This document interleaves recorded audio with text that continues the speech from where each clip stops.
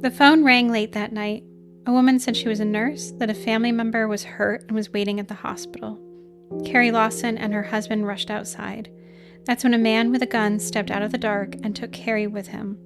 Hours later, the phone rang again. This time, it was the kidnapper. He told her husband to follow his instructions exactly. A ransom was paid, but Carrie Lawson was never seen again. This is her story.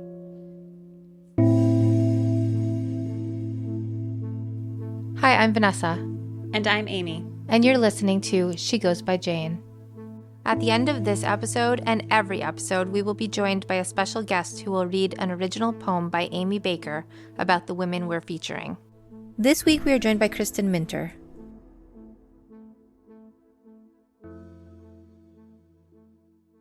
Hi, Vanessa. Hi, Amy. Vanessa, how are you doing? Pretty good. How are you doing? Good. That sounds questionable. No, I've been busy working on Girl Hunt, my newsletter, and prepping episodes for She Goes by Jane. So lots of crime in my life. Lots of research. Lots of research, which, let's face it, is actually my favorite thing. Exactly. To do. So, yeah. Yeah. So I've been prepping some new episodes for us, finding ones that I think are just need some highlighting, some resurrecting, some light shining, if you will. Mm-hmm. So that's what you've been up to. That is what I've been up to. So we are going to dive into this episode, which I think is a little more atypical in terms of disappearances. Okay, so it's not what we usually cover? Have we covered anything in this realm before? I don't think so, to be honest. Oh, now I'm curious. Yeah. I mean, to be honest, let's be clear. A lot of missing persons cases are connected to domestic violence. A lot. The vast majority. Yeah. Yeah. And I think that just is not talked about enough. That is not what this episode is about, though. So, yeah. Right. People always think it's random. It's not. No. It's your husband or your boyfriend or your ex. Yeah, that the whole look at the husband first is it's so true. A saying, because it is true. But this is not that at all. Okay. Yeah. I'm really curious now. Should we get start? To it? Yeah, we should, because I want to know now. This is... And you hate it when I ask too many questions ahead of time. Okay, well, you are going to have so many questions as we get going. Okay. So I'm just going to open. Okay. You screwed me around last night. Wait, is that... That is the opening. Is this a quote? This is a quote. Okay, I'm going to let you... Maybe just... Okay, do your thing. Do my thing. Do your thing. You screwed me around last night, an unidentified man tells Earl Lawson Jr. angrily. It's late in the night. We're in a small town called Jasper, Alabama, and Earl is gripping his telephone tightly and he's listening closely because on the other end of the line is a man who kidnapped Earl's wife, Carrie, just hours before. Huh. You started intensely here. I did. Yeah. The clock is ticking in this case. This is so different than what we normally cover. This is. So Earl is on the phone. Mm-hmm.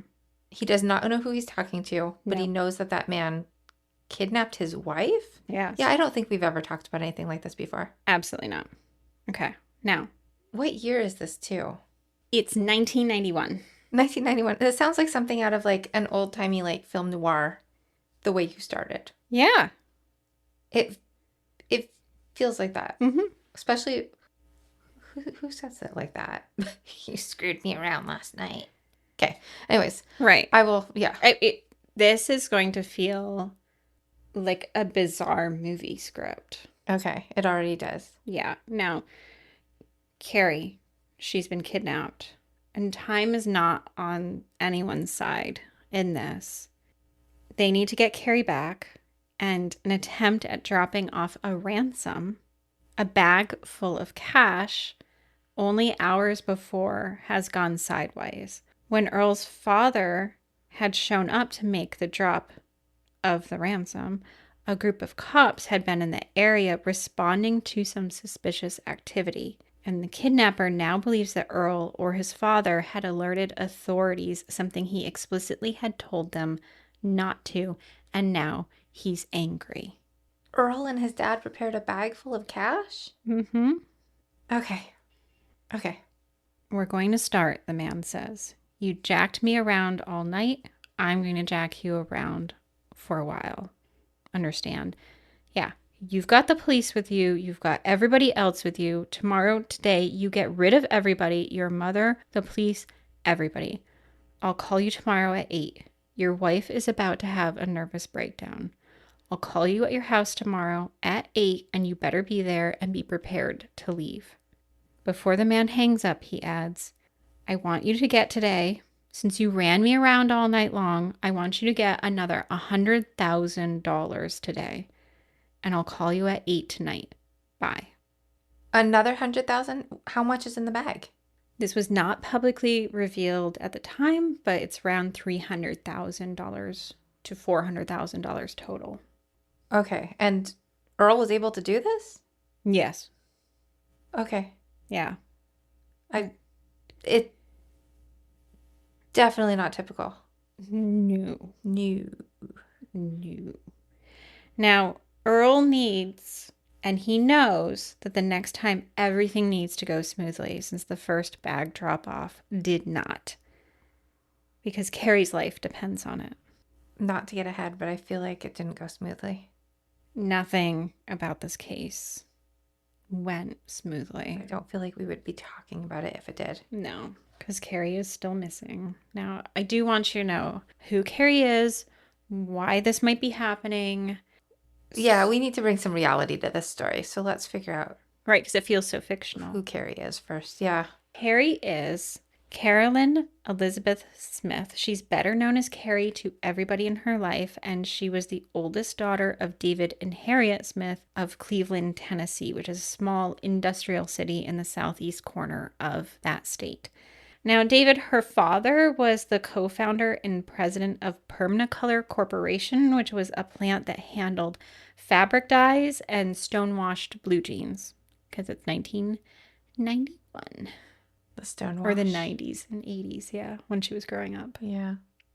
Stonewash was the thing. Mm-hmm. Mm-hmm. Now, this is a lucrative business, and the Smith family was considered well off by any standards. Carrie, she grows up. She goes to law school at the University of Alabama Law School in Tuscaloosa, and that's where she meets Earl Lawson Jr., and the two made plans together. They started a life together. They married while Carrie was still in law school. Earl wanted to move back to his hometown of Jasper, which was a small, idyllic town about an hour north of Tuscaloosa.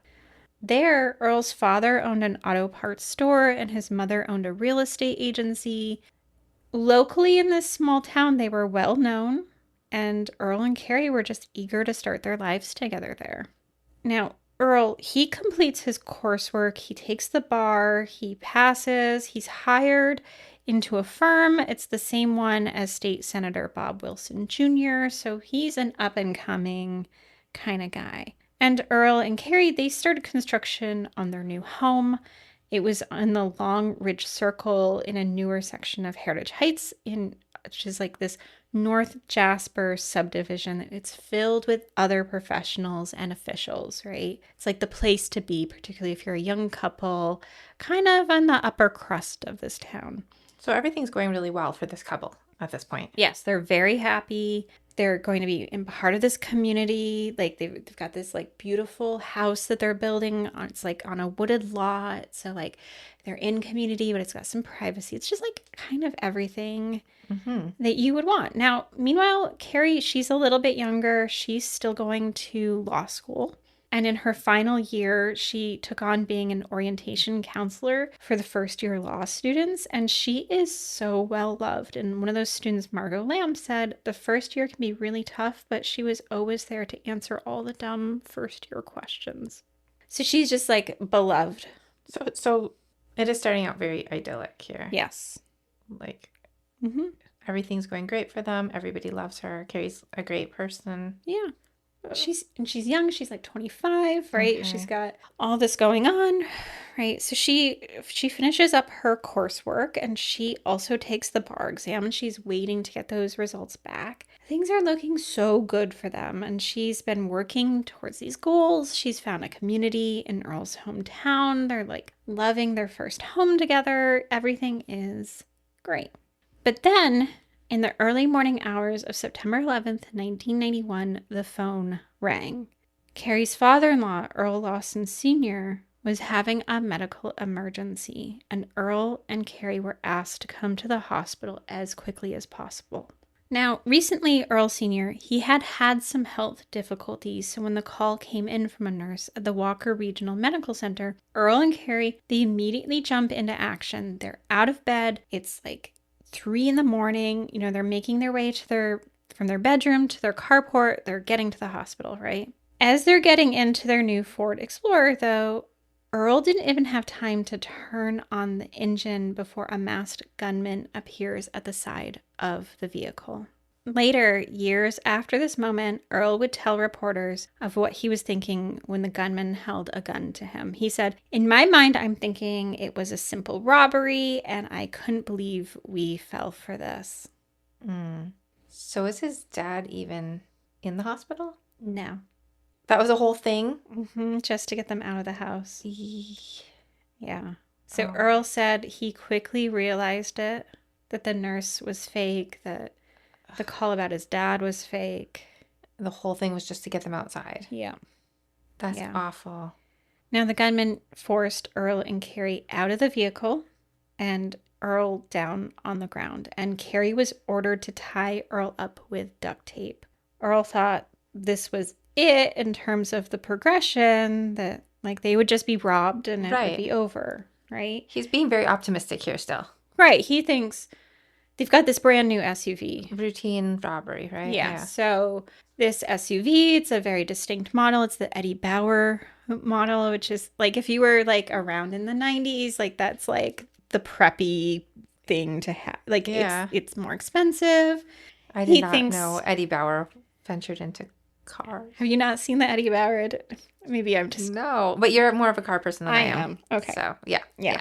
Okay, so he just thinks they're going to be robbed. This is all that there is, right? He could not have conceived that the next thing to happen would be the gunman forcing Carrie into the Ford Explorer and driving away with her. Okay.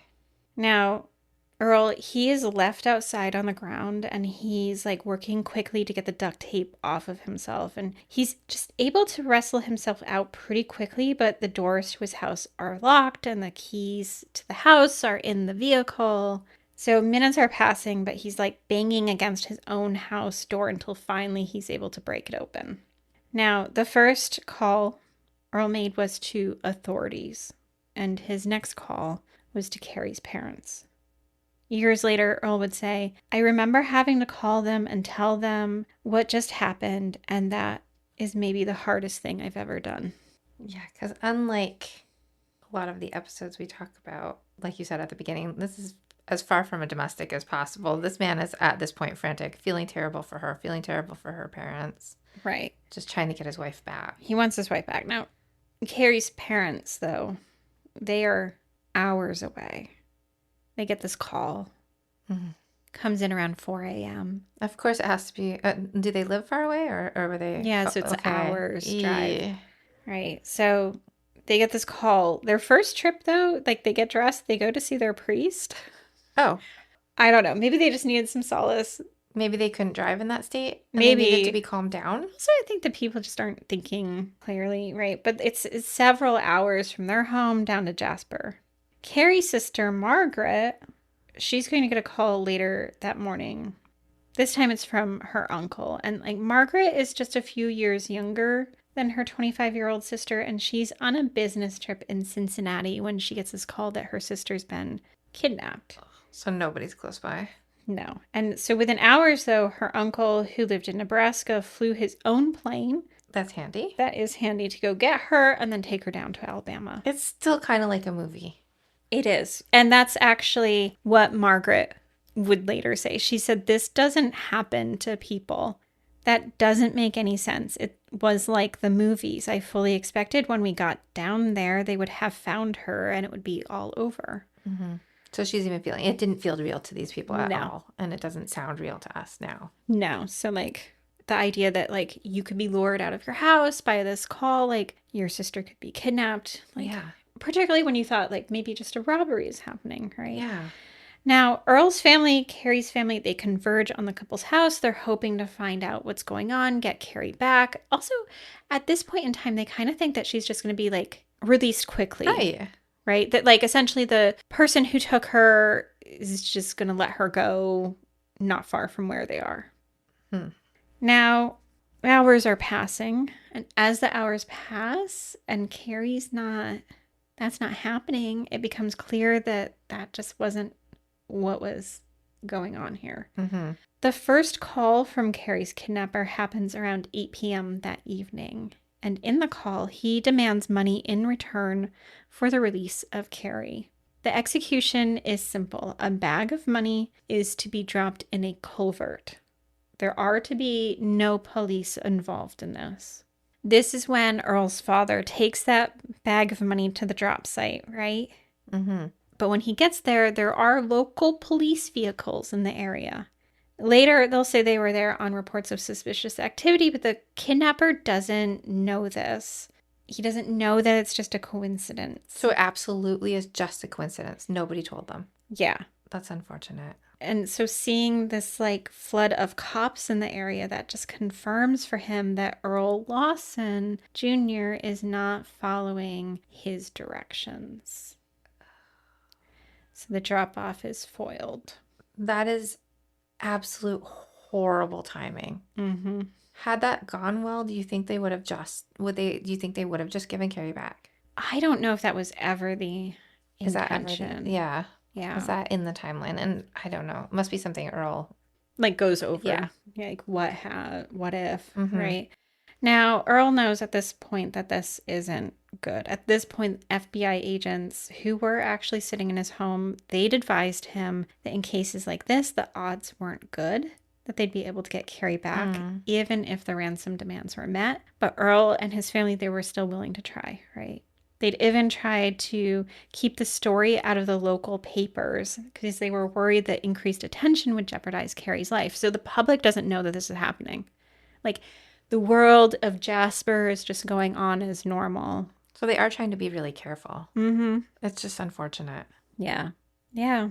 Because the police presence at that drop-off site was, like, the last thing that they needed. And obviously the kidnapper felt the same way because he expressed his rage about the situation in another phone call, the phone call from the start, right? This time, though, the kidnapper put Carrie on the phone. It was the first time they had proof that Carrie was alive. Okay. The next instructions were clear. Earl was to drive to a fellow lawyer's house and Carrie would call him there because this was, like, one of the kidnapper's things, like, go to a different location and I will call you at that different location and arrange a different one. So they're, like, running all over Jasper and the surrounding areas trying to make this man happy. Okay. Now, so Earl needs to get to this fellow lawyer's house. He needs to get there soon. And he's ready to head there as quickly as possible, but the FBI agents had a different plan. They wanted to wire Earl so that he could record the conversation or any other exchanges that he had, because they were hoping that possibly they would be able to get some sort of clue that the FBI could later decipher. So they are spending a full 30 minutes getting a wire on Earl.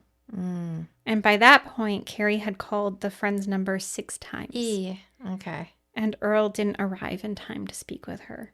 Now, he's just going into a house to make a phone call, right? Or to answer a phone call? Couldn't they use some other kind of recording device that they didn't have to take 30 minutes putting on him? Yeah, I think they might have been uncertain if he would have been sent to another location after that, or... So much time wasted, though, right? So much wasted time, and Carrie's trying to call him. Yeah. Yeah. On September 13th, in the early morning hours, the kidnapper calls again. This time... 2 days later? Sorry. Yeah. 2 days 2 later. days later. Okay. Yeah. And so this time, Earl is supposed to go to a service station in Jasper, where he'll receive another call at the station. This time, the FBI is ready. They hide a tracker in the bag of $300,000 in bills. It's all in 100s like the kidnapper asked for. They also placed a tracker on Earl so that they could keep track of his location, particularly if something went awry, right? Because we don't need Earl kidnapped. No. The FBI would be watching. They'd be able to track the kidnapper. The kidnapper would be able to lead them to the location of Carrie, right? It's a simple plan. It's a simple plan. Now, when Earl arrives at the station, the payphone rings. It's the kidnapper. The kidnapper says, "I'm watching you right now. I've got a rifle pointed at your head. Do you see the house across the street?" Now, Earl did, and he's convinced that the kidnapper had a gun trained on him, so he leaves the money in the culvert near the payphone as he was instructed. He drives away as instructed. Everything's going according to plan.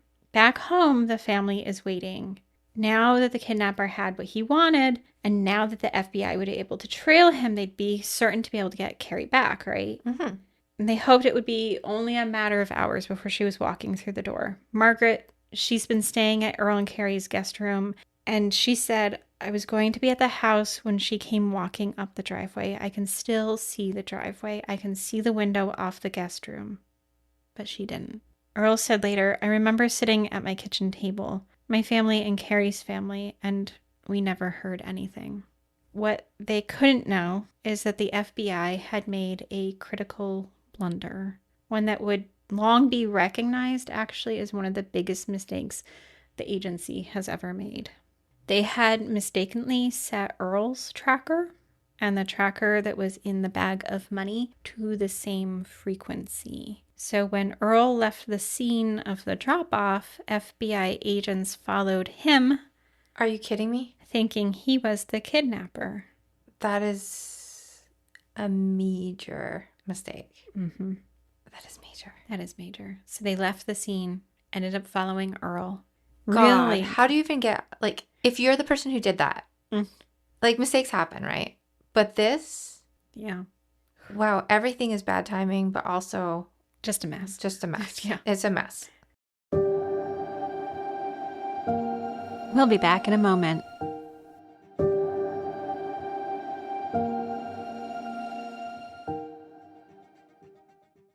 So they're following him. They realize their mistake. So they go back to the drop-off site. But by the time they get there, they wait for 2 hours waiting for the kidnapper to show up. And then finally they're like, wait a minute. And they go and check and realize that in their absence, the kidnapper has taken the money. Okay. Now what? The kidnapper never calls back. That's again. it. So that was the end of hearing from Carrie, hearing from the kidnapper. Yeah, so anything? Well, so the family had no way to contact the kidnapper. They've been keeping this out of the news. It's not like they can call him up and be like, "Hey, Mr. Kidnapper," right? Right. So finally, they decided to break their silence, at least with the press, and they went to the local news because they decided that was the only way they could communicate information to the kidnapper, right? In their initial plea, they said that they had met all of the ransom demands as of Friday, September 13th at 3:30 a.m. Carrie's mother, Harriet, said, "We have cooperated fully.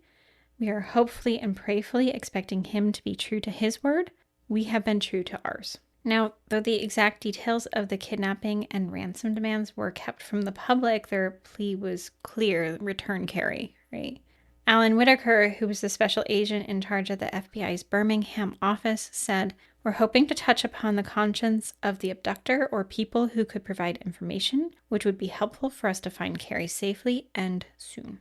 This contact with the press also made clear that the family was looking for the whereabouts of the 1991 Ford Explorer. There was some hope that because of the specialties of this model that they would be able to find it more readily. Again, it's an Eddie Bauer edition. It's got a University of Alabama license tag. It also had a cell phone antenna, which would have been kind of unusual at that time. Mm-hmm.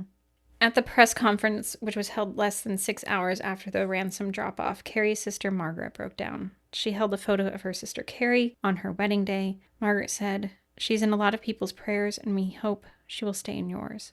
We want her back." Later that day, the Alabama Senate held a moment of silence for Carrie. 2 days later, with still no word from Carrie, her family offered an additional $100,000 reward for information leading to her safe return. They even suggested to the kidnapper that he would be able to collect the extra $100,000 if he returned Carrie. The next day, her father told reporters, "I've kicked through half the buildings that are vacant in Jasper. I'd like for y'all to start kicking in a few looking for Carrie." Now, few in the town of Jasper or nearby Tuscaloosa could think of anything but Carrie. Volunteers had joined massive searches, combing wooded areas, and the community was looking for Carrie, but there was no sign of her or her vehicle. Finally, on September 21st, 10 days after Carrie went missing, 2 people in a 4-wheel drive vehicle found the Explorer in a wooded area in Winston County, which was miles away from Jasper. It was located at a fire service road off of Alabama 195 near the Black Pond community, so it's hidden out in the woods, right? Now, around this time, the public learned that Carrie had made a call to her husband not long after the kidnapping, and investigators had pinpointed that the call had come from a payphone outside of a service station on US 82 and Alabama 69, which links Jasper and Tuscaloosa.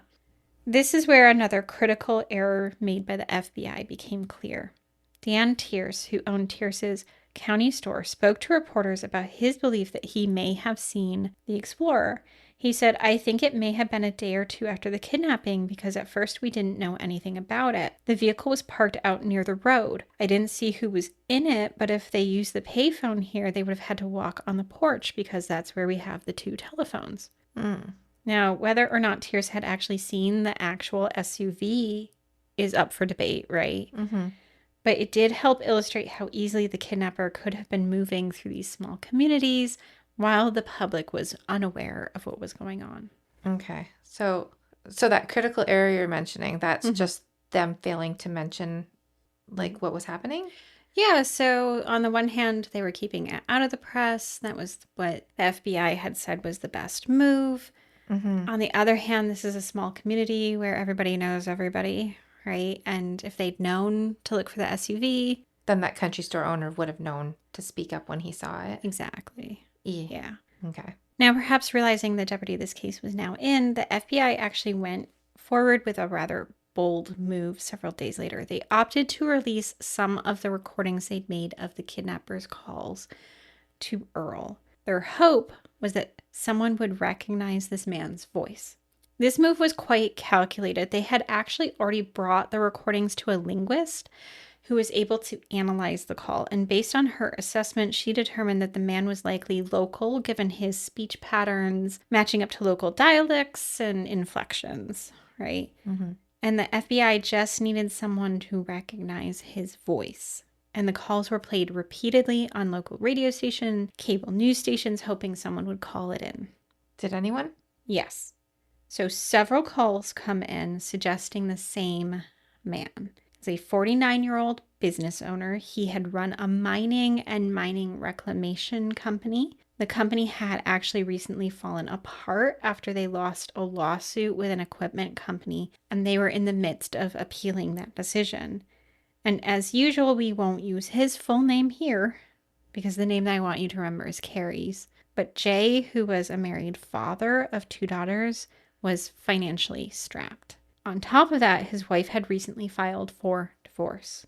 So to investigators, he might have seemed like a plausible lead given the kind of things that was happening in his life. And then this is one of the most bizarre happenings that I can think of. If you could think this case is weird. It is weird enough. Okay. It gets weirder. This is so random to me. A kid is playing at a swimming pool at a Jasper apartment complex and finds something that kind of blows the case open.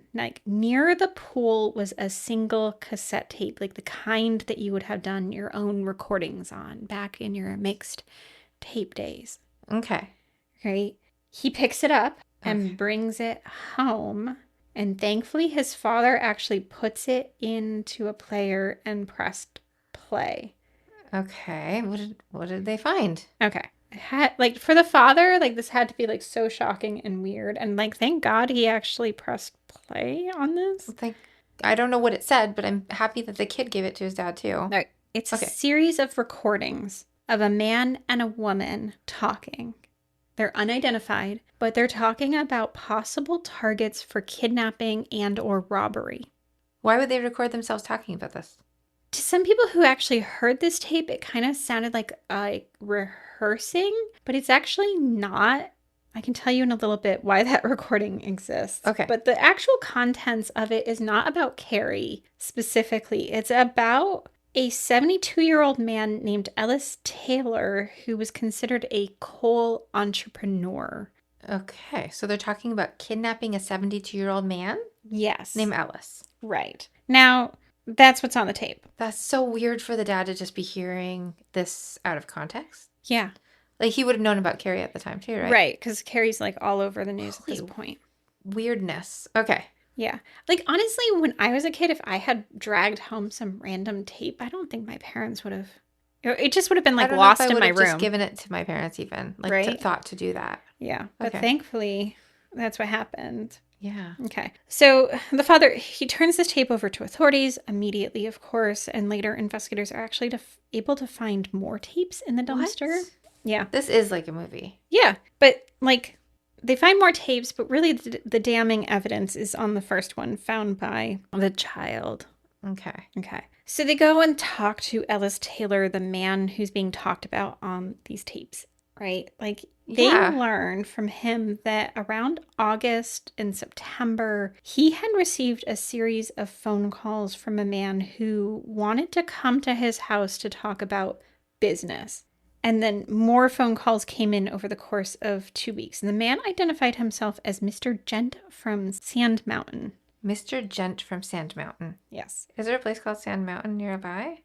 Yes. Okay. So weird. Okay. Right. But so Taylor, he like doesn't think much of these calls. Like, they're about business. They're about mining and coal and all that. But like, he just is weirded out that the man is kind of insistent that he come to Taylor's house to talk to him about this business deal, right? Yeah. And Taylor's like, no to right. that. And he says, okay, let's meet in public at a local restaurant. And that's the last time that he actually hears from him.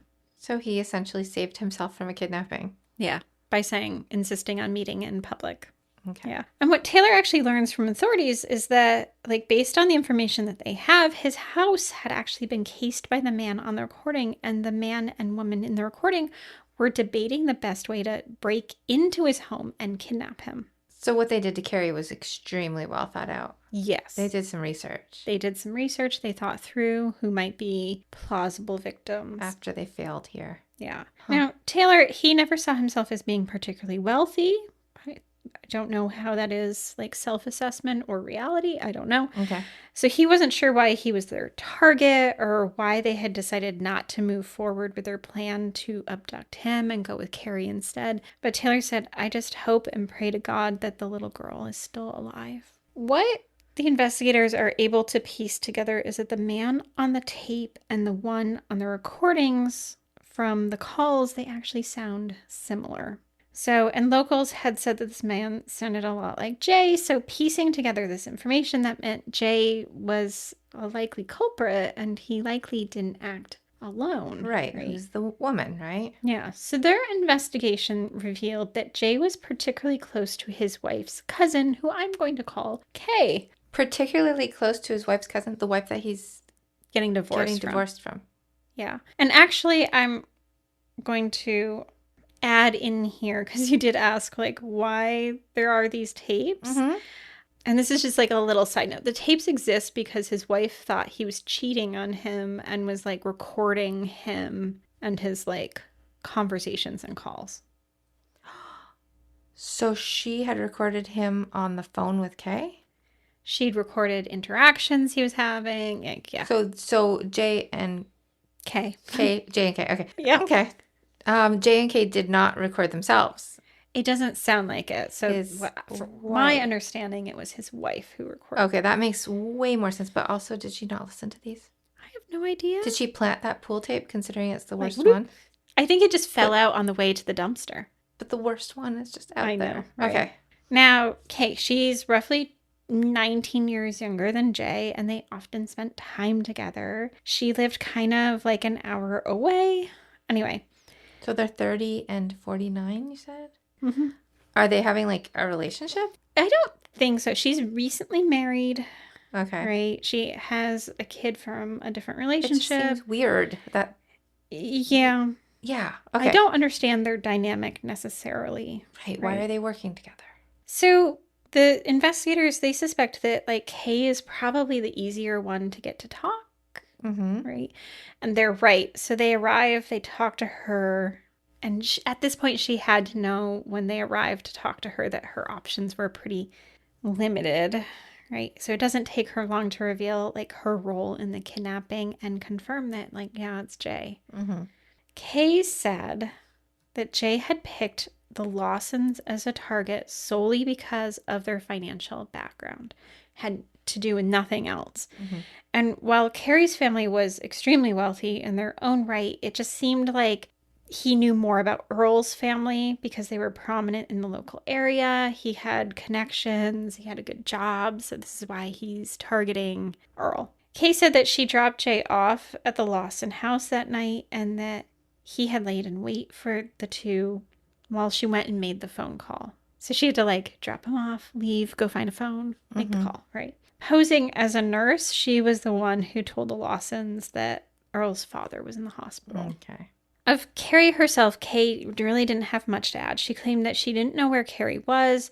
She had last seen her somewhere between 24 and 48 hours after the kidnapping. She said that Jay had forced her to watch over Carrie during one of the times he went to make a call to Earl for a ransom demand. She said later that Jay had told her that he'd let Carrie go in a remote forested area.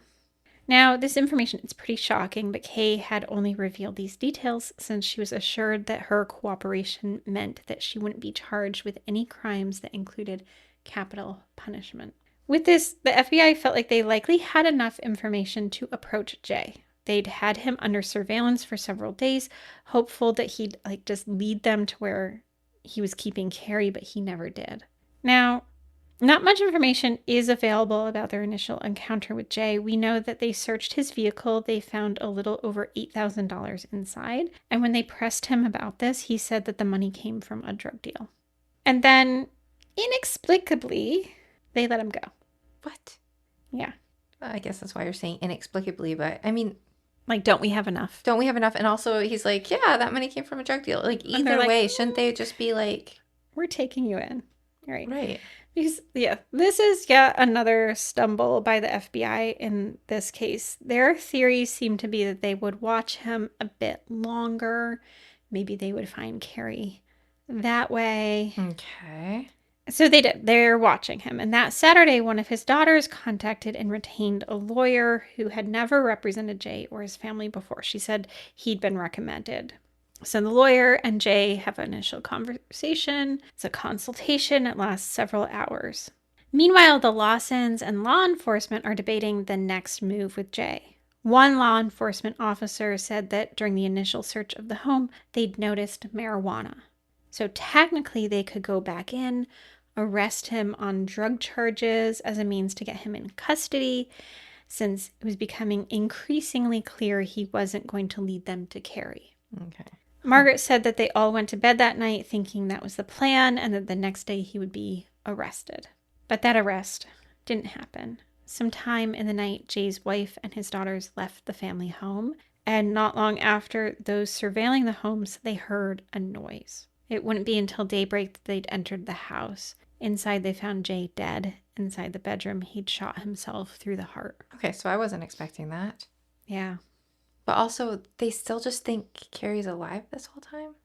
I think that's their hope, yeah. Ugh. Yeah. Okay. I was not expecting him to... Okay. Mm-hmm. Now, nearby was a suicide note. It made no mention of Carrie, no mention of the kidnapping. It did, however, refer obliquely to drug trafficking. This could have been his opportunity to just... Say where she is. Yeah. Like, why would he not? Why would you not do that? Yeah. I don't get it. Maybe he just thought drug trafficking sounded better than kidnapping and holding someone for ransom. I don't know. It's so bizarre. It's so bizarre. Okay. Later, the investigators, they search the home. They find most of the ransom money hidden inside, and the serial numbers on the bills correspond to the ones that had been used in the ransom, so it's making it clear he was involved, right? Mm-hmm. And for Carrie's family, this was kind of the end. Once they received news of Jay's death, it became even clearer that they just wouldn't see Carrie again. By November of that year, just a mere 2 months after Carrie disappeared, Kay pled guilty to kidnapping and was sentenced to life in prison. This did include the possibility of parole, but Judge James Botherton, the Walker County Circuit Judge, said that although the life sentence allowed parole, he was not in favor of it, stating the court permanently objects to any parole or early release. At the time of the sentencing, Earl said, "The thing that gives you comfort and the thing that helps you more than anything is when you go by church in a day when it's 20 degrees outside and there are people who don't know you and they're looking for your wife. That helps you deal with it." Within 4 months of her disappearance, Earl put their house on the market and her parents cleaned out her clothes. Her mother said of Earl selling the house, "I certainly don't blame him. It was more than he could handle. It would be difficult to live there now after what happened." Now, the years that follow were complicated. David, Carrie's father, offered a deal to Kay. He said that if he could come to her in prison and if she could talk to him about what happened to his daughter, that when it came time for parole, he would not object to it. He sat with her for about 5 hours. During this time, she said that she had sat with Carrie in the woods while Jay was gone. Kay had said that Carrie was friendly and she would make small talk with her while she waited. But when the conversation shifted to Carrie's family, she just asked that they would not bring them up. She didn't want the two who kidnapped her to know anything about her parents or her sister. Kay said that Jay had told her that he had tied Carrie to a tree and that she had escaped into the woods. But she also acknowledged that when he returned from the phone call and the unsuccessful ransom, that he was furious and that she had thought at that moment that he would kill the both of them. David would later say, "It was very difficult to sit there and listen to her say the things she said about what went on. I had to just sit there and listen to her.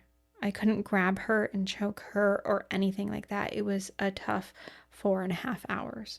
Now, despite their agreement, David took the recordings to an expert who said that they detected falsifications in Kay's conversation with David. Perhaps that just didn't even matter at all because shortly after the conversation, Kay's lawyer called and said that she had lied during her statements to David. Now, in the many years since, Kay has actually gone up for parole several times. She was denied each time. In March of this year, she briefly escaped during a work detail. For real? Mm-hmm. Huh. So she was briefly on the run. Okay.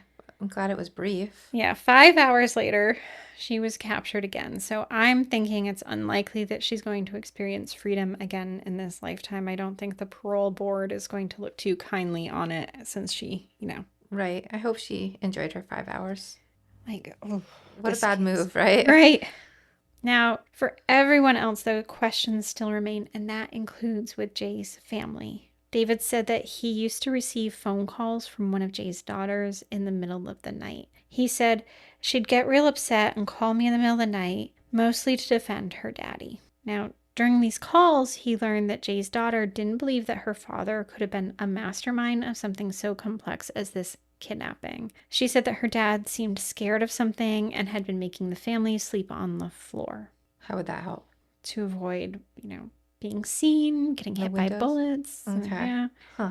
Now, perhaps it was those calls that convinced David as well that someone else could have been involved in this kidnapping. He said, "There's more people involved. There's some stuff I can't talk about now, but one day it's going to come out."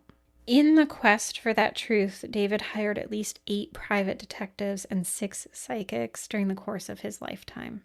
When David died in 2017 at the age of 87, it was without finding any answers about what happened to his daughter. Carrie's sister Margaret said, "No matter how old your child is, you want to protect your child.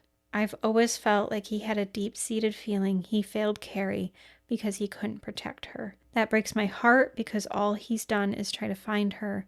He was the best dad to both of us." Now, with Harriet already gone, that leaves Carrie's sister Margaret to carry on the memory of her sister, and Earl, the memory of his first wife. Earl, he moved out of town, this town that he loved so much after his wife disappeared. He said that today people still believe that he had something to do with their disappearance, and that's something that he's never been able to escape. It doesn't really seem like he does, though. I don't think so, honestly. Because it's just... Yeah. Everything he's saying. Right. It's like the one time I'm not suspicious of the husband.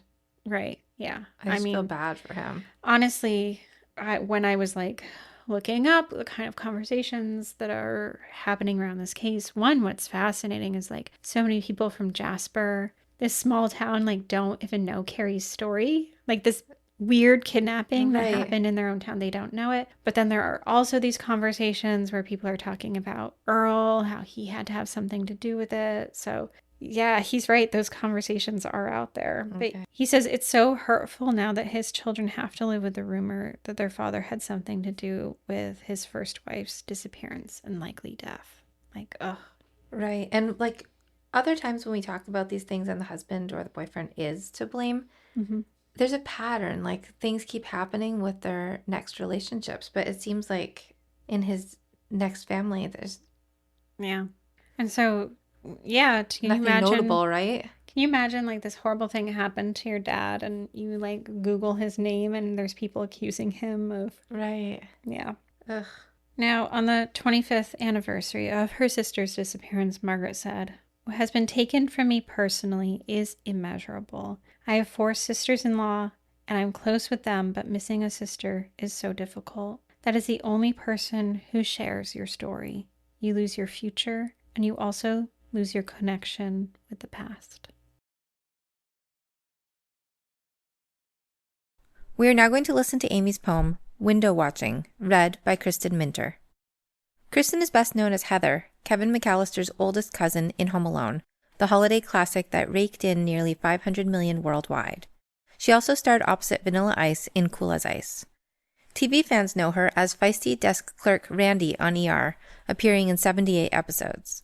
Minter's credits span hit shows like Ray Donovan, Poker Face, Hightown, Nip Tuck, and Highlander. Still acting, she's also breaking ground as a mature model with Elite NYC. She laughingly says, "It is confronting at this age." You can see most of her work on Minter's website, KristinMinter.com, or on her Instagram at Kristin_Minter.